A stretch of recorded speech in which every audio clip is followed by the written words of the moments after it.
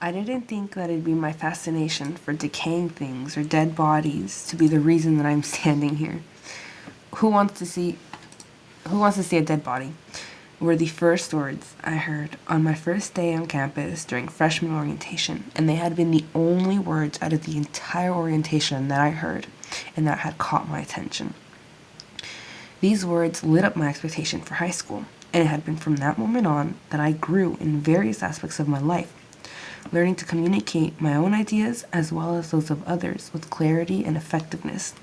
I was never the best at communicating myself to others, so if it weren't for the idea of seeing a dead body, I would not be standing here in front of all of you, proud that I've grown so much in only 720 days. After my freshman year, I wanted to leave. The GSPs were my deal breakers, especially since I knew I could never accomplish any of the skills as a communicator. Either I had the lowest self-esteem ever or the biggest ego. But I thought, from then on, that I'd see a dead body, my senior year or not, that I would see one at some point in these 4 years, and that I would put effort into staying in the program for the whole purpose of getting that opportunity. So I'm here out of spite and out of curiosity. My years as an underclassman were tough, and I was incredibly rough, all around with no edge. I was not nearly as prepared for something like this as I am now. My junior year, I got better. I fixed my weak points, and today, my senior year, if 14-year-old me could see me now, she'd probably faint. Now, speaking of 14-year-old me, my underclassmen years, freshman and my sophomore year. What am I doing here? Why am I here? Why did I drag myself into this? My first artifact is from my algebra class. Essentially, we were supposed to make a roller coaster using algebraic expressions, linear equations, and it was meant to portray that we understand what we were learning in our algebra class, which obviously I did not. I knew absolutely nothing of that class. This is something I look back on and I can't tell myself that I'm proud of, because to me it's probably one of the most disappointing projects I have ever done. When I look at it and I look at the visuals, all I see is somebody trying to hide what they didn't understand. I had asked 0 questions because I believe that I should know what I'm doing, that I have no right to be asking questions when everything I had done that year leading up to this project was my fault, my very own being. And so throughout this project, actually, I had a bunch of my classmates asking me for help. But obviously, without being able to understand what I was doing, I couldn't help them out. There was no communicating that I understood what was going on in the project, and so I can't, even though I got a good grade on this project, I can't show that I knew what I was doing, because looking at it, there was no growth, there was no visually pleasing. It's distracting on purpose to distract from the fact that I knew nothing, and I had to ask no questions because I just didn't want the criticism, and I didn't want to feel dumb about myself when I was doing this project. And it's lazy. The project was done last minute too, right before the day before we presented it. Because, up to that point, there was me not working, since I didn't want to embarrass myself for not knowing what I was doing.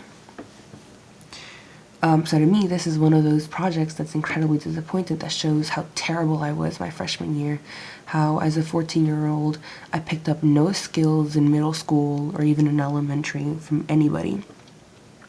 So this project is a single poster, so there's nothing else to see except for that. My sophomore year project, this one was a children's book meant to communicate what concussions were to children. It was probably like a 3-day project or a week project. But in this one, the visuals they're really bad in my opinion. As someone who, grew up making comic books and writing stories, for myself, a lot of this could have been better. I mean, the colors, just the blue and the yellow, are really monochrome, meaning kids would get really tired of this, and I know I would too, because I did get tired of this at some point. This wasn't something I could do. Not only that, but the vocabulary in here are some of the things that kids would not be able to read, like 5-year-olds, 7-year-olds. I know because I have younger siblings who still struggle to read, so like the word sluggish and unadmired on this page specifically, they would not know how to read those, especially unadmired, like those compound words with the un at the beginning. They would not know. And I think this book, reading through it, it's not something that would teach a kid what a concussion was. In fact, this would probably scare them, because we know that kids love to play outside, they'll do a lot of running around. And concussions, like, I don't think they don't know how to read that. They wouldn't know how to read that. The word unexplained. Illusion. So there's a lot of things about this project that I can't feel proud of. Visually, also, the visuals, all, different images, would be very confusing to little kids because none of the characters are consistent throughout, which is a very big problem because, we don't want them thinking that they're completely different stories. So the terminology was not child appropriate, as we saw. The visuals definitely could have done better, like the colors could have been brighter to capture more attention for that child, for that age group. And also this project was also done last minute because I didn't really know what I was doing, and I still chose to not communicate myself with my teacher and ask for help. So it ended up being a last minute project that I refused to ask help for anybody, even though I also had, again, classmates asking me for help, and I did my best to help them without knowing how to help myself. So this is one of those projects that I also can't feel very proud of. Like, I could have done so much better as somebody who would write books anyway, for fun. And those books were always great. I wrote a comic book in middle school. A lot of my friends liked it. So this is very disappointing work as a 14-year-old compared to 12-year-old me. So up to this point, sophomore year, freshman year have gone by, and I am in the midst of whether or not I should drop out biomed, or should I keep going? Is there anything for me here? What's the point of staying if I'm just gonna hate myself, dread that I'm putting in no work to this, and I'm only doing work in order to pass the classes? Now, I had talked to a bunch of people, about 20 people, and I chose to stay. Everybody was telling me that if I wanted to drop out, I should, that if it's going to be this tough, that if I don't believe in myself, I should just drop out, that there's no shame in it. There's no shame in dropping out. But I feel like, to me, there was big shame because I had joined for a reason, and I wanted to continue for that reason. There was nothing else that I could do, so I stayed.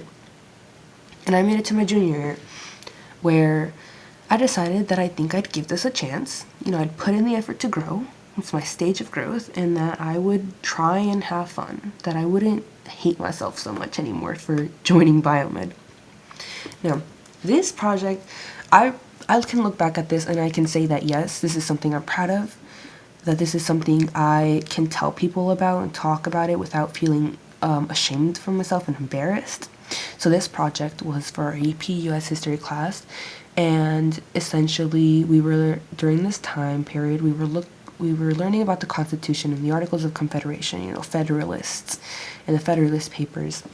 And the point here with this poster was to communicate to our government, our citizens of the country, that we prefer the Constitution over the Articles of Confederation. The 4 of us in a group, it was me and 3 others, we made this poster very fitting, like visually fits the theme, red, white, and blue, the US. So I really like that because it shows what we're for. And throughout the project, I had asked questions. When I didn't know something, I sucked it up. I took deep breaths. I understood myself that I knew I didn't know something and that it was okay to ask questions. And so I had asked, the teacher for help, like, if he could clarify the project, like, the poster a lot more, since, at some point I was really confused because sometimes I really need things to be very, very clear. But I also asked questions to my group mates, like, what could we do to make this better? What could we do to make the language more appropriate or add more visuals? So the terminology in here is also very appropriate since it fits our age group, our target audience, specifically more higher up, federal professional people, but also our current classmates who understand what we're talking about. So there's no need to clarify certain definitions because we all know what we're learning about. And up to this point, I put in some actual effort. I tried to be a part of the group, and I did my best to, tell my group that if I didn't understand something, ask them for help to communicate this with me. Or if they didn't understand something, and I also didn't know, we'd ask the teacher, that I would tell them that there was no shame in not knowing something, and I would tell myself that. So this is one of those projects that I can look back on and I can feel proud of myself. I can talk about this and tell people that, yeah, this is my work. This is my work with a bunch of other people, and we did great on it, and I'm proud of it. Now, senior year. I'm a completely new person up to this point, and biomed has been kind of fun, regardless of the first 2 rough years that I had. I think things came on easier because of how much I grew. This one was one of my favorite projects. It was a 2-week-long project where me and about 4 others were working to improve the human body, to make it better, to make it stronger, superhuman basically. Everybody got 2 body parts. We all chose 2 body parts that we would improve on. And if I click on this, visually, the project is very fitting to our theme. I mean, like, the images are each, consistent with what we had talked about.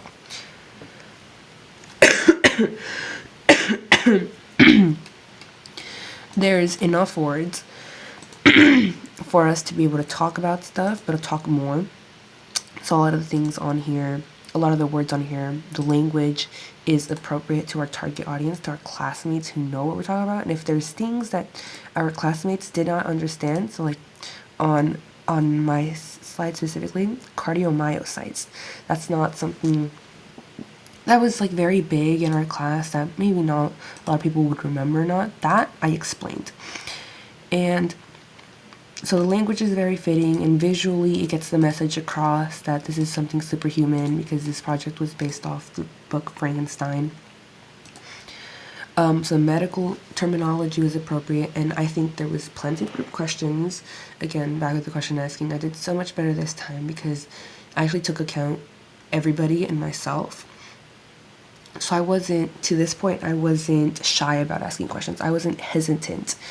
I asked straight up. Like, it was quick questions. Like, if I didn't know something, I would immediately ask because, I needed to know I needed to have an answer, a clear answer. And I also took in consideration my group mates. Like, do they need help? If they need help with anything, could I help? And in most cases, I did help them when we were choosing our body parts. I gave out ideas to see what we could do better. And up to this point, unlike my junior year, or unlike my underclassmen years, there was actual effort. And unlike my junior year, this point was subconscious effort, more or less. Like, I didn't have to force myself into the group. I didn't have to force myself to do things. I didn't have to force myself to make the slideshow appropriate for what we were doing, the medical terminology. I didn't have to tell people that if they don't know something to figure out themselves. I actually, if they didn't know something, I explained it myself. There was actual subconscious effort to this because I was so used to all the effort I had put in junior year that I no longer needed to force myself into this. So this is one of those projects I can talk about and be brave about and be like, yeah, this is my work. This is my work with my groups, and I'm very proud of this.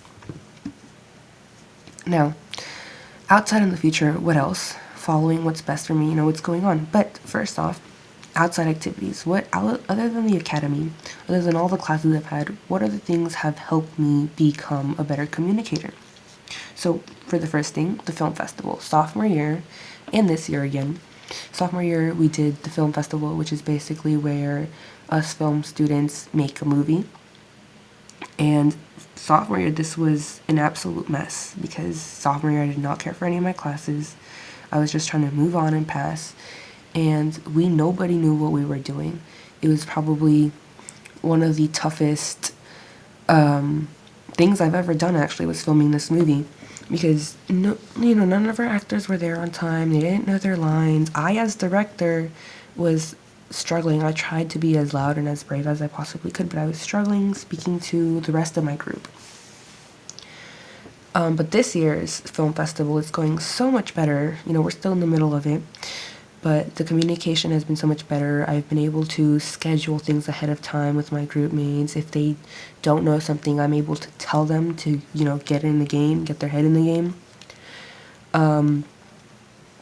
But from sophomore year's film festival to this year, there has been such huge growth, and film festival has helped me out so much too, communicating in biomed, because a lot of the film students that I knew were also biomed students, so I felt more comfortable with them too, and felt more comfortable being able to admit that I'm wrong or that I need help.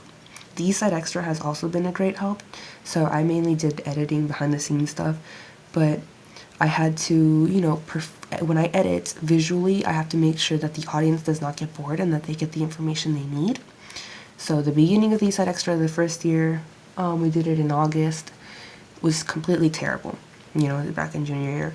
But up to, May, second semester, it improved so much. Music quality was so much better, our scripts was so much better, my editing was so much better, and the audience got the information they needed.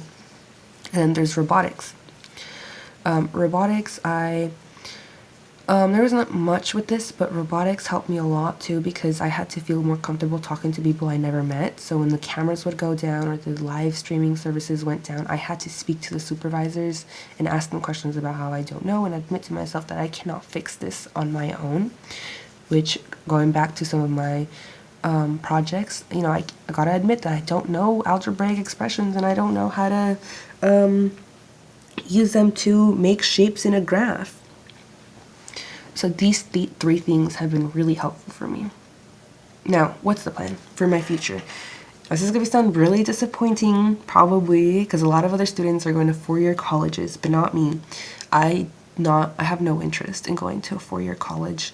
I would rather go to ABC Community College, get a certificate in automotive and all automotive, because I want to be a mechanic.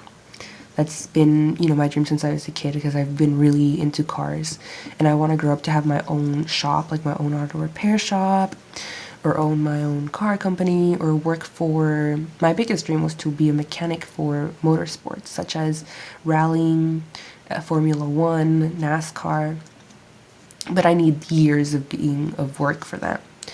And then eventually I do plan on going back to school so I can get a certificate or a degree in film. Now, both of these things help me grow even more as a communicator, because one, I have to be able to talk as a mechanic. I have to be able to talk to my clients and help them understand what's wrong with their car or what needs to be fixed. And so a lot of mechanical terms they might not understand, and I have to be able to translate those for them so that they understand and know what's going on. Or I have to be able to, translate those back. So if I need to talk to like some bigger company to buy certain car parts or, negotiate prices, I gotta be able to communicate that with them. Now, in film, if I go back and do get a degree and end up in Hollywood making movies, like I kind of want to, like I really want to, there'd be a lot of communication there with speaking to the director about camera angles or about editing, depending on what I choose to do for film. If I do camera work, I have to be able to understand that the director might want certain angles, or that scenes have to be filmed in a certain way, and that visually the audience has to understand what's going on. So I think that gives me more work to work on myself. Now, my reflection. So I was afraid of speaking up, as all 14-year-olds probably are. I hated asking questions because either, I know better than everybody else, or I just didn't want to hear that I was wrong or that I do need help, because I hated the idea of asking for help. My visual posters were lazy, which is ironic for someone who was very artsy as a kid. And my terminology was lazy. If you didn't know what I was saying, that's not my problem. You look it up in a dictionary. It's not my problem. But today, as I'm standing here in front of you guys, I embrace my fear, speaking up. I'm right in front of you guys. And if I don't know something, I ask. Because there's nothing wrong with not knowing. And I think now, like 14-year-old me, that if I don't know something, it's better to ask than to stay not knowing, because in the future I might need to know it. And now I put an actual effort to my visual posters, to any work that I have to do creatively, because it's important to always be able to visually represent things for people who don't understand, who are visual learners. I put an actual effort into my work now. A subconscious effort at that too. My terminology was lazy then, but now if you don't know a word, I will explain it to you, and I will not make you feel dumb for it, because you know what? I didn't know at some point. And I will help you out to understand what I am saying. Now, as I mentioned before, I was your typical underclassman. Unaware, unserious, ineffective at communicating, and unprepared. I had absolutely nothing going for me, and I was not going to do anything about it. By my junior year, I had pulled myself together and got working on who I was going to be, and I was going to prove myself capable of achieving the GSP skills for communicator, and that I was going to give people a try. Now this year, my last year, my senior year, compared to my first, I've grown significantly. I've improved in more than just one skill aside from being a communicator. I had become a better contributor, a better creator, and an even better collaborator. And I've come to be proud of myself in any situation. So like back then, from this moment on, as I have already grown and learned to communicate my own ideas and those of others, I will continue to grow in those same areas and many more. Did I get to see that dead body? Or learn about dead bodies at that? I did. I did get to see those dead bodies. It wasn't as cool as I wanted it to be or as I was hoping. I was very disillusioned. But biomed was cool. I enjoyed my 4 years here, and hopefully my future will also be cool, and hopefully I grow a lot more then. Thank you.